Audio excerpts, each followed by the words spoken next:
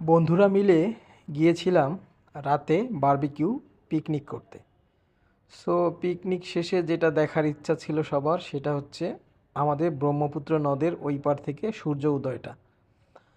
তো বন্ধুরা দেখতেই পারছেন কত সুন্দর করে সূর্যটা উঠে যাচ্ছে পাহাড়ের বুক ছেদ করে। আসলে আমাদের নদীর ওই পারে হচ্ছে ইন্ডিয়ার বর্ডার এবং পাহাড়। ওই পাহাড়ের তলদেশ থেকে সূর্যটা কিন্তু ধীরে ধীরে উঠে আসছে, সেটা ভিডিওর মাধ্যমে বোঝা যাচ্ছে।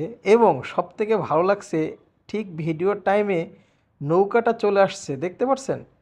আর সূর্যটা এত সুন্দর, এত সুন্দর লাগছিল, মানে আমরা সবাই এনজয় করতেছিলাম, এই সূর্যটা দেখার জন্য অপেক্ষা করেছি।